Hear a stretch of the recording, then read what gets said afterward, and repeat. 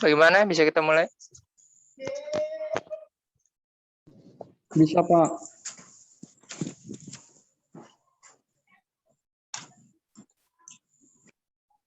Ya, baik. Assalamualaikum warahmatullahi wabarakatuh. Shalom. Salam sejahtera buat kita semua.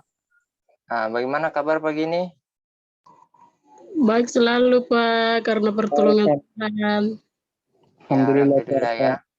Ya, Pak. Oke, baik, kita pagi hari ini kita lanjut dengan mata kuliah keperawatan medikal bedah 2 ya. Oke, untuk bagian saya yaitu bagian dari sistem perkemihan.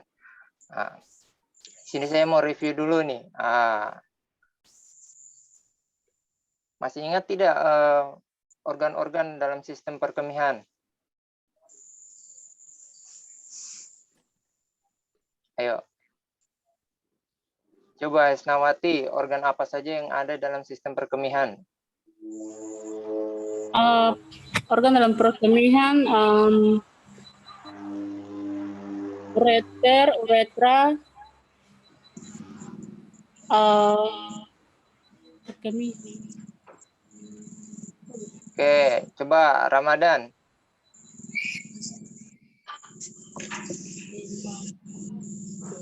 Organ apa saja yang ada pada sistem perkemihan?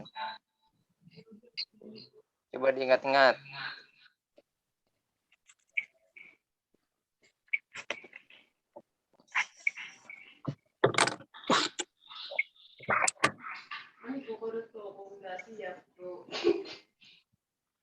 Coba Abdul Basar.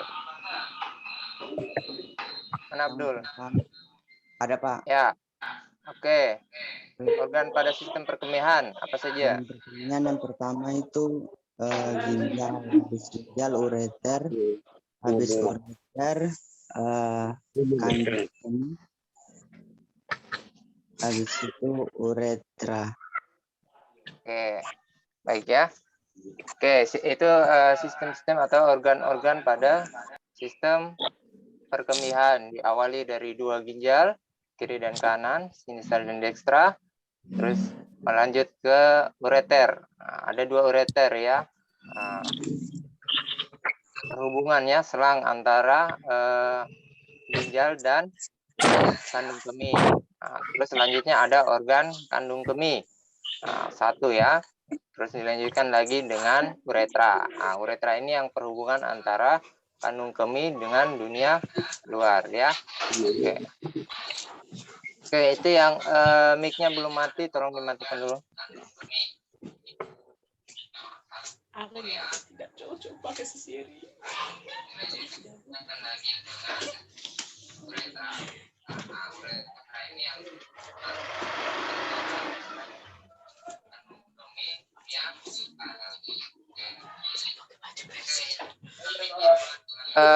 Siapa sih pennya nih? Maria Indiri. Tidak ada dia ya. Saya kasih ke Ramadan ya, co-host ya.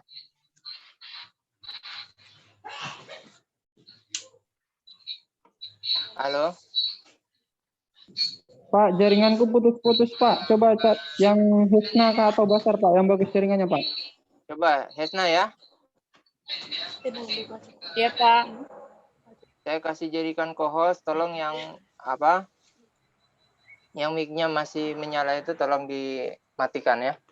Oke, kita lanjut ya untuk asuhan keperawatan pada benign prostatic hyperplasia atau biasa kita kenal dengan BPH singkatannya ya. Nah, ini bahasa Indonesianya apa? Perkembangan atau pembesaran prostat jinak ya, pembesaran prostat hyperplasia. Nah, apa ini maksud dan pembesaran kelenjar pembesaran prostat? Nah, prostat ini ada di mana? Kalian sudah pelajari tentang sistem anatomi, sistem perkemihan ya. Anatomi sistem perkemihan. Nah, terus saya tanyakan, prostat ada di mana? Awamnya dulu ya, prostat itu ada di pria atau wanita? Di wanita, Pak. Pria. Ya, prostat hanya ada di pria ya, tidak ada di Oke, wanita.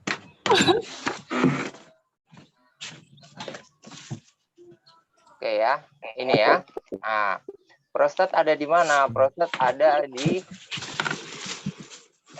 bawah dari kandung kemih, tempatnya di uretra bagian atas. Ya, ini bladder ya. Bladder ini adalah kandung kemih. Nah, ini punya pria ya, tidak ada pada wanita. Wanita langsung saja uretra. Nah, ini ya, lihat kursor saya ini. Ada lihat di bagian gambarnya. Ya, ini yang dimaksud dengan prostat. Ya, oke, ini adalah seminal vesicle ya. Ini yang memproduksi cairan semen ya, agar sperma itu tidak kering. Ya, jadi sperma itu bercampur pada cairan yang diproduksi oleh seminal vesicle. Nah, ini ada pergabungan cabang ya. Jadi kita lihat di sistem perkemihan dan reproduksi pria kan hanya pada satu ya, hanya pada penis. Tapi itu percabangannya berbeda ya. Ada yang dari kandung kemih, ada yang dari seminal vesicle ya. Jadi jangan tanyakan lagi cairan sperma itu atau cairan semen itu tidak keluar melalui kandung kemih, tapi dikeluar melalui seminal vesicle pada testis.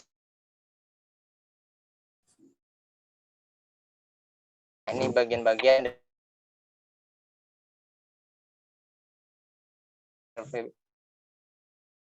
distal urethral segment. Ini bagian-bagiannya ya, central zone, preprostatic sphincter. Nah, ini yang dinamakan sphincter ya. Jadi saat kita mau mengeluarkan cairan semen, nah ini akan tertutup sphincternya ini. Ya. Jadi saat kita membuang cairan semen atau cairan sperma, kita tidak akan bisa bersamaan dengan keluarnya air kencing. Ya. Jadi saat kita terangsang ingin mengeluarkan air semen, pasti ini akan tertutup. Jadi cairan urin dari bladder atau kandung kemih ini tidak akan bisa keluar. Ya. Nah, oke.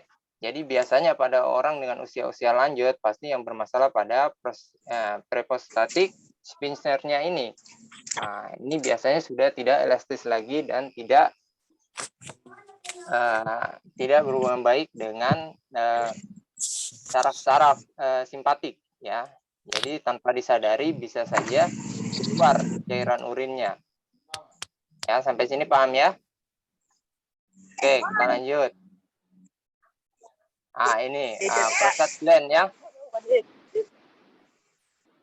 Merupakan organ kecil berotot bulat dengan diameter sekitar 4 cm.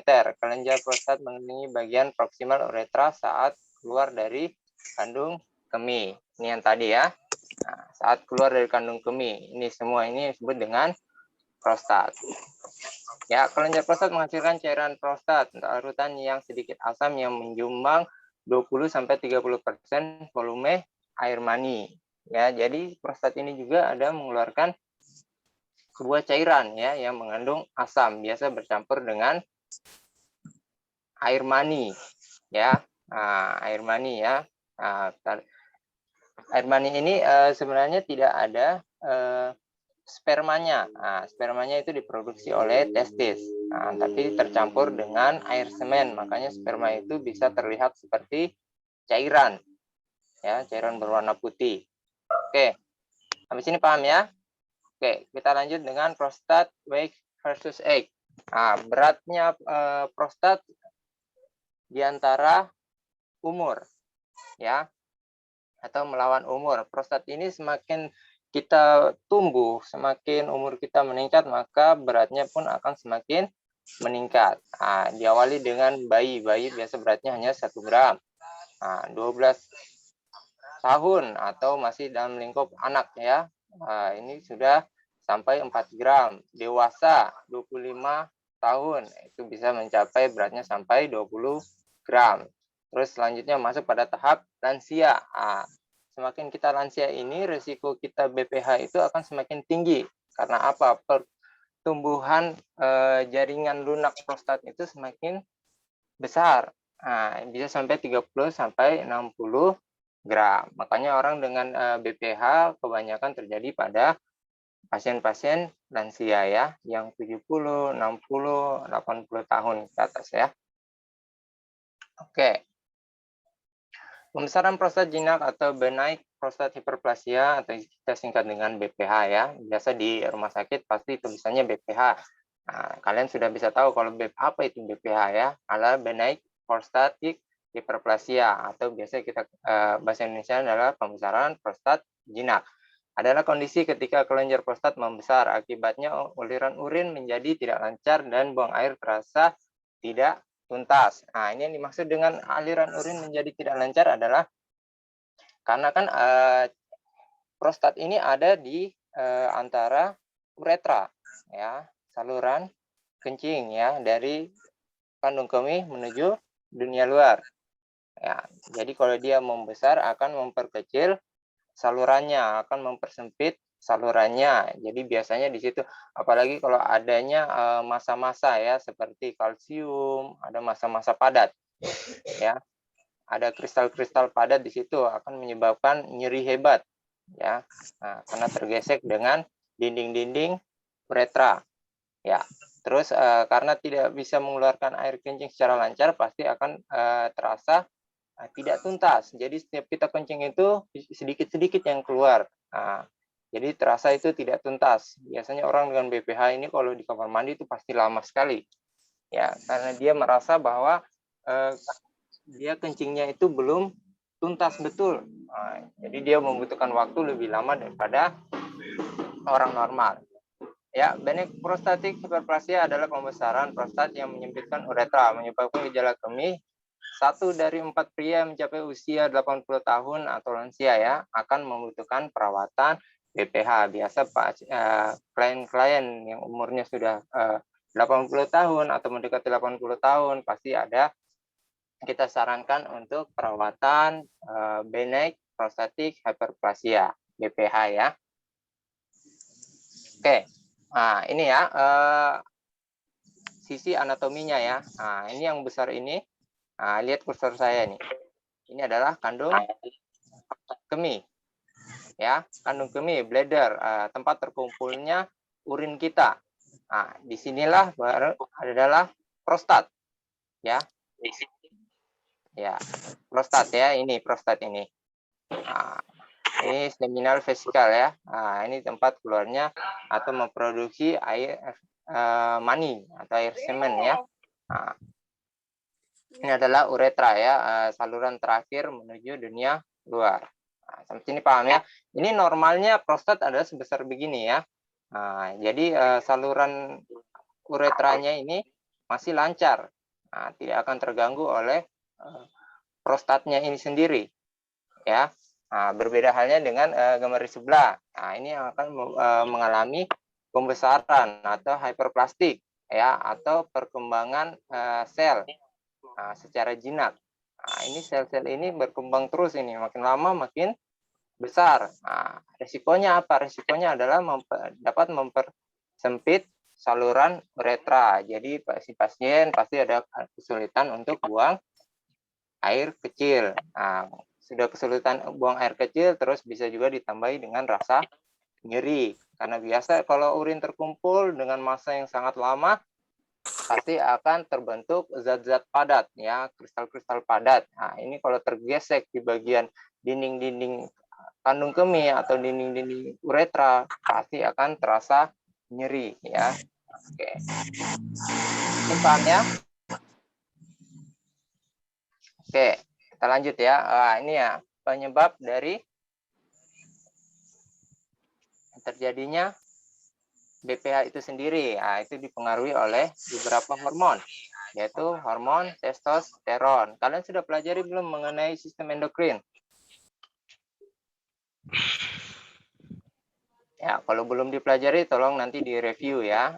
Pasti sudah mungkin di semester bawah pasti sudah tahu apa yang dimaksud dengan sistem endokrin atau hormonal dalam sistem tubuh kita, termasuk dalam hormon testosteron. Biasa testosteron ini dikonversikan, semakin tua dia akan dikonversikan menjadi dihidrotestosteron. Nah, ini ya, di dalam sebuah sel. Biasa juga diikuti dengan faktor pertumbuhan atau stimulus yang lain, ya. Terus ditambah juga dengan estrogen, hormon estrogen reseptor. Hal ini yang menyebabkan prostat sel ini lama-kelamaan akan berkembang, ya. Dia tumbuh dengan sendirinya, memperbanyak diri, ya, memperbanyak diri. Makanya masanya semakin lama semakin banyak. Yang kuning ini ya, biasa disebut dengan hyperplastik, ya, hyperplast, ya. Ini akan semakin banyak. Kalau masanya atau selnya bertumbuh semakin banyak, maka masanya semakin padat, ya. Dan kalau semakin besar, pasti akan resikonya adalah mempersempit saluran keluarnya air atau urinnya, ya. Ini ya, urine retention ya, terkumpul terus. Enlarge prostate, constricted area. Jadi di sini akan sempit sekali. Jadi cairan urin ini tidak akan bisa keluar dengan lancar. Nah, makanya pasien-pasien dengan BPH itu kalau kencing itu pasti sedikit-sedikit. Ya, pasti sedikit sekali. Pengennya buang air dengan lancar, tapi yang keluar hanya sedikit. Terus yang menyebabkan kegelisahan adalah rasanya tidak tuntas. Nah, pernah tidak kalian kencing terus rasanya tidak tuntas? Masih ada sedikit tertinggal di kandung kemih. Jadi pengennya berkemih lagi. Tapi masalah pada pasien BPH adalah dia tidak mampu membuang secara tuntas. Ya, oke. Nah, ini ya.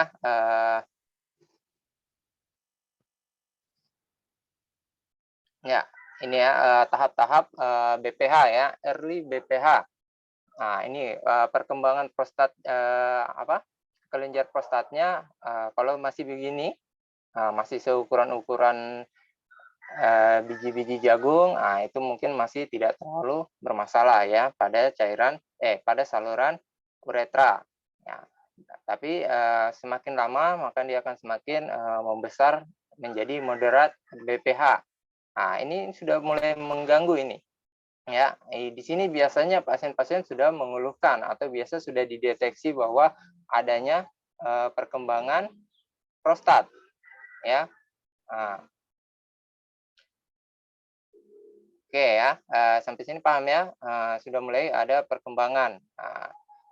Terus berdampak pada paling buruknya adalah pada advance BPH. Ini sudah tidak dampaknya sudah tidak pada prostat lagi ya. Dampaknya bisa sampai pada ureter, bisa sampai pada tahap ginjal, di atasnya lagi bisa sampai tahap pada kandung kemih. Nah, ini kita lihat ya, terjadi bladder stone yang biasa kita bilang dengan kristal-kristal kalsium. Nah, ini karena seringnya tertumpuk urin. Nah, urin kan termasuk ada kalsiumnya, ada uriumnya, ada kreatininnya, dan lain-lainnya, zat-zat sampah. Nah, zat-zat sampah ini tidak selalu berbentuk cairan atau cair. Ya, biasa di urin kita itu ada juga zat-zat padatnya. Nah, jadi kalau terkumpul, terakumulasi secara terus-menerus, pasti akan menyatu menjadikan sebuah batu atau kristal. Nah, nanti kalau sudah membesar, makin parah akan terjadi seperti ini. Nah, ini berbentuk batu, biasa disebut bladder stone, tapi ini berbentuk seperti kristal. Ya, jadi ujung-ujungnya ini sangat-sangat tajam. Ya, sangat tajam. Jadi kalau terkikis di sini, pasti akan menimbulkan nyeri yang hebat. Ya, ini juga termasuk ada perubahan-perubahan pada saluran lapisan kandung kemih.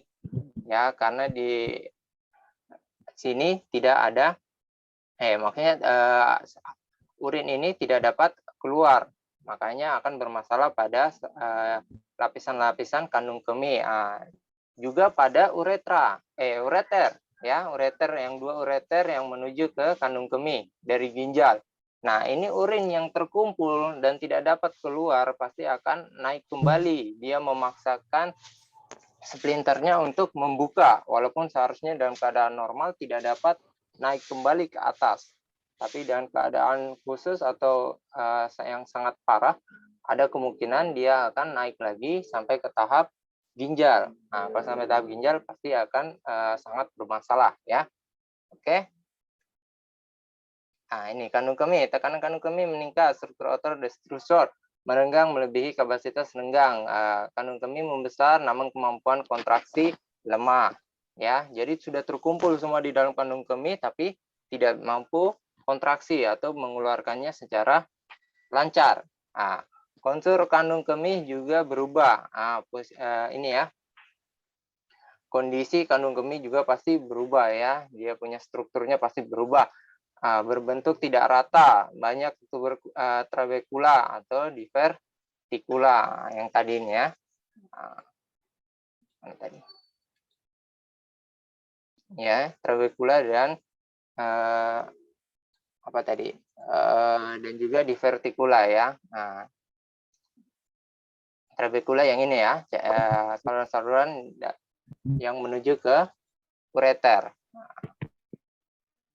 Oke, di vertikal terisi urin, mengendap, bisa terbentuk batu atau kristal ya, meningkatkan resiko infeksi. Jelas, jika lapisan dimanapun di dalam tubuh kita tergores, ya, tergores sampai ke jaringan, sampai ke dalam tahap sel, apalagi di dalam kondisi di dalam urin. Urin kan tidak selalu steril ya. Urin itu steril, tapi tidak selamanya bisa steril ya, tergantung dari apa yang kita konsumsi. Nah, itu pasti akan menyebabkan resiko terjadinya infeksi. Nah, bisa terjadi urolithiasis, nefrolithiasis, dan lain-lain ya. Oke. Nah, ini pada tahap ureter. Nah, tadi ya, ureter ada nih. Ini ya, naik ke sini nih. 2 cabang ke atas ini adalah ureter ya, dari ginjal. Ya. Oke. Nah, bendungan urin di kandung kemih terjadi reflux atau berbalik. Nah, tadi yang saya katakan, dia akan dalam keadaan reflux ya. Jadi semakin terisi penuh kandung kemih dengan urin, maka dia akan semakin ada berisiko untuk balik kembali ke saluran ureter ya. Mending-mending kalau masih di dalam ureter, kalau sampai ke tahap ginjal itu sudah makin parah ya. Kalau ginjal bermasalah pasti akan bermasalah pada sistem kesehatan yang lainnya. Nah, tekanan tinggi menyebabkan ureter melebar, bentuknya menjadi tidak teratur, semakin membesar ya. Di ujung kandung kemih ureter melengkung seperti pancing. Nah, itu yang maksudnya tuberkulosis ya. Urin statis, inflamasi, infeksi, batu ureter atau bisa kita sebut dengan urolithiasis dan juga obstruksi tambahan. Oke, ini kalau sudah masuk ke dalam tahap ginjal, terjadi tekanan onkotik ya, tekanan dari bawah dan juga hidrostatik ya. Hidrostatik adalah tekanan dari urin ginjal itu sendiri. Dia menekan bahwa sesuatu yang sudah menjadi urin, karena kan ginjal lah yang menyuplai urin ya, yang membuat adanya urin. Nah, itu kan pasti akan mendorong ke bawah. Jadi kalau misalnya ada juga yang mendorong ke atas, pasti akan terjadi kerusakan pada salurannya. Biasa kerusakan pada saluran, bisa juga kerusakan pada glomerulusnya ya. Urin melebihi tekanan hidrostatik glomerular ya. Glomerularnya bagian dari ginjal. Nanti kalau kalian sudah lupa apa yang masuk glomerular, nanti review kembali ya. Anatomi ginjal. Nah, filtrasi pasif urin terhambat. Nah, jadi filtrasi ini jadi terhambat ya. Urin itu kan sebenarnya bukan urin ya, darah ya. Darah kan harus difiltrasi hingga menjadi urin ya. Jadi darah itu kan difiltrasi. Nah, jadi dia punya zat-zat sampah itu harus dibuang ya, termasuk urium yang tidak digunakan lagi, kreatinin yang tidak digunakan lagi, terus zat-zat vitamin juga berlebih pasti dikeluarkan ya. Begitu juga dengan protein. Nah, sesuatu yang berlebih dalam tubuh kita pasti akan dikeluarkan melalui urin, ya. Difiltrasi dulu. Filtrasi artinya disaring dulu di ginjal, lalu dikeluarkan dalam bentuk urin, ya. Jadi kalau urin, makanya kalau setiap kita lihat pemeriksaan urin di rumah sakit, pasti sering kan, karena di situ kita bisa lihat zat-zat apa saja yang ada pada urin itu. Oke. Ini suaranya bergema ini, tolong mic-nya dimatikan. Arteri glomerular tidak mampu melawan tekanan balik urin, aliran darah menjadi menurun, ya. Aliran darah yang seharusnya difiltrasi, ya. Difiltrasi setiap detiknya berapa kali menjadi tidak lancar karena adanya tekanan dari bawah. Karena apa? Tidak bisa keluar lagi urinnya. Urinnya semakin meningkat, maka ada tekanan ke arah atas. Ya, terjadinya iskemia, ya, gangguan suplai, ya, gangguan suplai darah, parenkim ginjal, filtrasi aktif menjadi terhambat, penurunan fungsi ginjal, awal gagal ginjal, ya. Jadi BPH itu semakin parah akan menunjukkan adanya tanda-tanda awal gagal ginjal. Kalau sudah sampai tahap gagal ginjal, maka segala sesuatunya pasti akan bermasalah, ya. Nah, gagal ginjal ini salah satu penyakit-penyakit yang kegawat daruratannya sangat tinggi, sama dengan jantung, sama dengan sistem saraf pusat kranial, ya, otak. Oke, kita lanjut ke penata laksanaannya. Biasanya pasien-pasien BPH ini biasa kalau saat masih dalam tahap early, biasa masih bisa diberikan obat-obatan, ya, termasuk testosteron, ablating agent, sparing agent, ya, menekan laju pertumbuhan sel prostat. Nah, efektivitasnya dipertanyakan secara klinis. Nah, karena kan ini kan pertumbuhan sel ini sekiranya sama dengan penyebab terjadinya tumor. Jadi kita tidak bisa memproduksi sel itu dapat berkembang, ya, seperti hanya tumor. Tumor itu sebagian orang tidak bisa memprediksi, ya. Bukan sebagian lagi, hampir semuanya tidak bisa memproduksi tumor itu akan muncul atau perkembangan sel itu muncul. Sama seperti dengan BPH juga, ya, tidak bisa diprediksi, ya. Oke, kita lanjut. Ada juga penasaran simptomatik, ya, antibiotik bila terjadi infeksi. Terus selanjutnya operasi. Nah, operasi ini yang paling banyak ini populer, ya. Biasa orang dengan BPH pasti ujung-ujungnya masuk ke rumah sakit, pasti dioperasi. Nah, dilakukan TURP, ya, transurethral resection of the prostate. Maka ada mesin, ya, seperti gunting panjang, ya, sebenarnya tidak gunting, ya, gunting bagian ujungnya dimasukkan dari penisnya, ya, uretranya dimasukkan sampai ke tahap di prostatnya. Nah, sampai di prostatnya baru jaringan-jaringan, kelenjar-kelenjar yang sel-sel membesar itu yang yang meningkat prestatiknya di-cut, ya, atau dipotong. Nah, terus selanjutnya nanti pasti potongannya akan dikeluarkan melalui uretra, ya. Terus selanjutnya open procedural supraretroperineal prostatectomy, ya, pemasangan alat bantu untuk membuka saluran uretranya, ya. Oke, kita cepat-cepat, ya, karena ini Zoom-nya ini masih basic, jadi hanya 40 menit. Tadi sudah ada kentara 10 menit. Ya. Ya. Ini etiologi faktor in BPH. Ada non-testicular. Tolong mic-nya dimatikan. Restrictive faktor, ya, ada epitelium, stroma, ada juga faktor genetik, ada juga faktor lingkungan, ya. Termasuk uretra juga ada bersinggungan juga suaranya dengan tidak bisa kedengaran nih, Pak. Halo?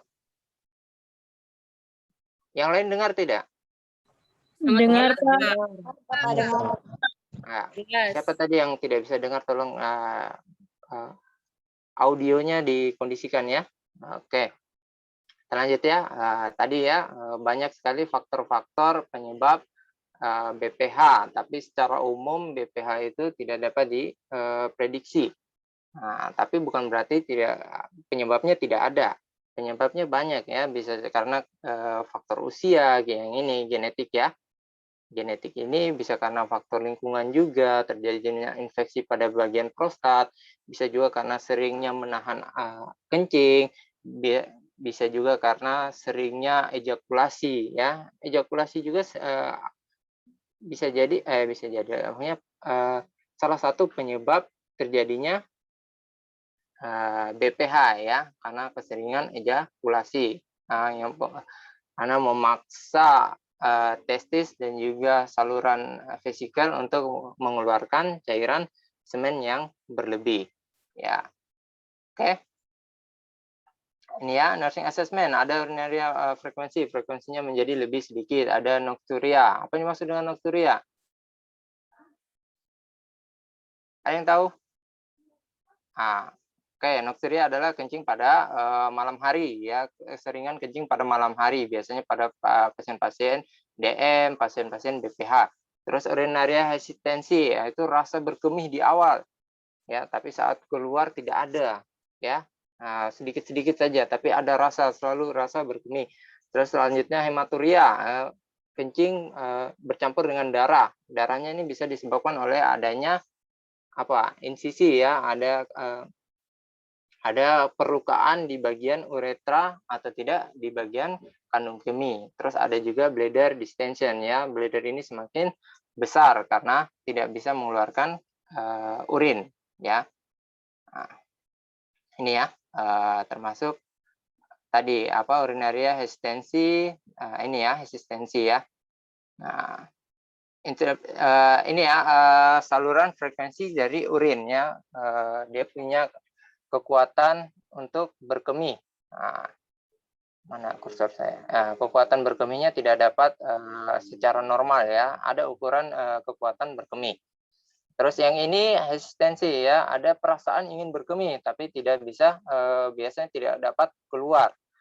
Terus ini ya nocturia, kencing pada malam hari.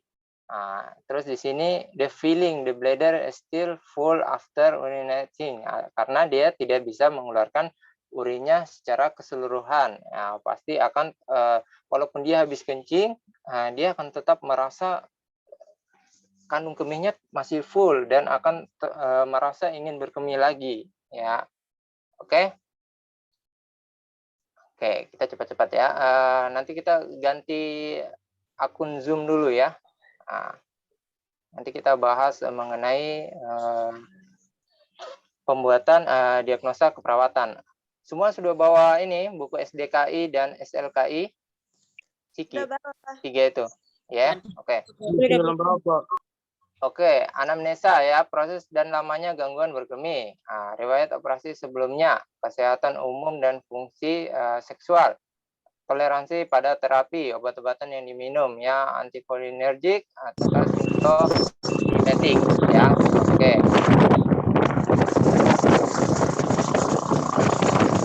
Ini ya siapa suaranya?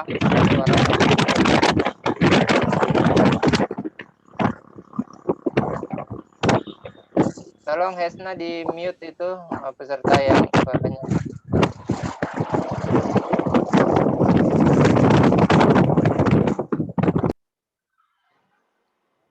Oke ya, ini adalah anamnesa yang perlu ditegakkan pada saat kita melakukan pengkajian keperawatan.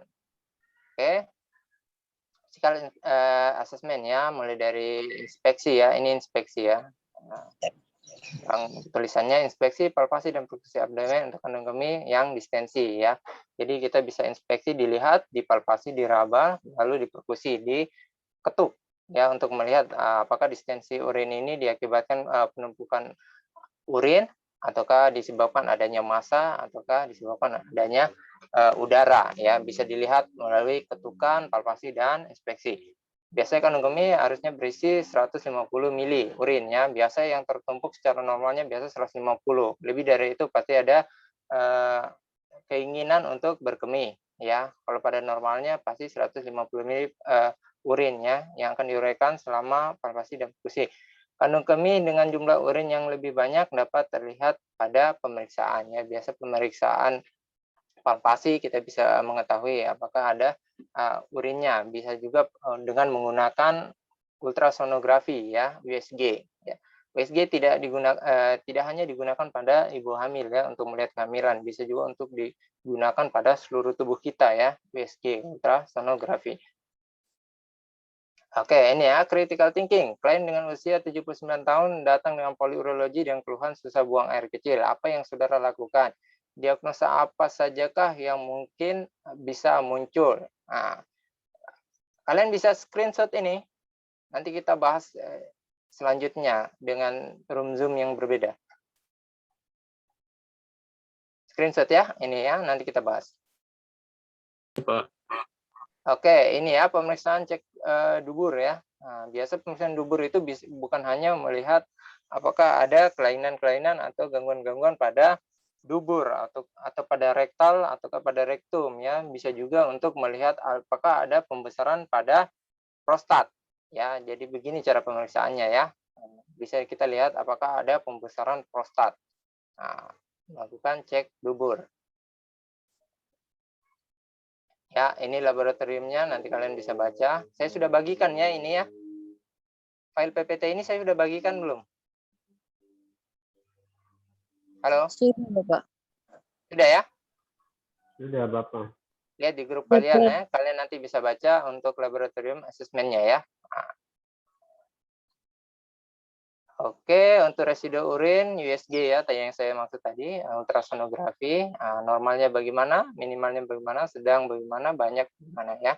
Kalian bisa belajar sendiri. Ini untuk terus ya transrektal ultrasound ya, dimasukkan pada rektum ya untuk melihat apakah ada pembesaran prostat ataukah tidak. Bisa juga tadi hanya memakai tangannya, memakai cek dubur. Cuma kalau ini kan lebih terlihat ya masanya seperti apa, dia punya karakteristik seperti apa masanya ya. Bisa saja itu karena BPH, bisa juga karena kanker prostatnya. Kanker prostat biasa juga kita sebut dengan BPH, tapi BPH ini masih dalam tahap jinak. Kalau kanker prostat sudah pasti dalam keadaan ganas ya, keganasan sel. Oke, ini ya yang maksud dengan TURP. Yang tadi saya masukkan, dia masukkan lewat penis, langsung dipotong-potong. Nah, ini ya massa yang tumbuh atau sel-sel yang tumbuh berbentuk massa yang menyebabkan sempitnya uretra. Nah, ini akan dipotong-potong terus akan jatuh di kandung kemih. Terus nanti bercampur dengan kandung urin, keluar lagi melalui uretra atau tidak dipasangkan drainase ya. Nah, dioperasi, diinsisi terus dipasang drain. TURP. Nanti kalian bisa baca sendiri bagaimana mekanismenya dan persiapannya ya.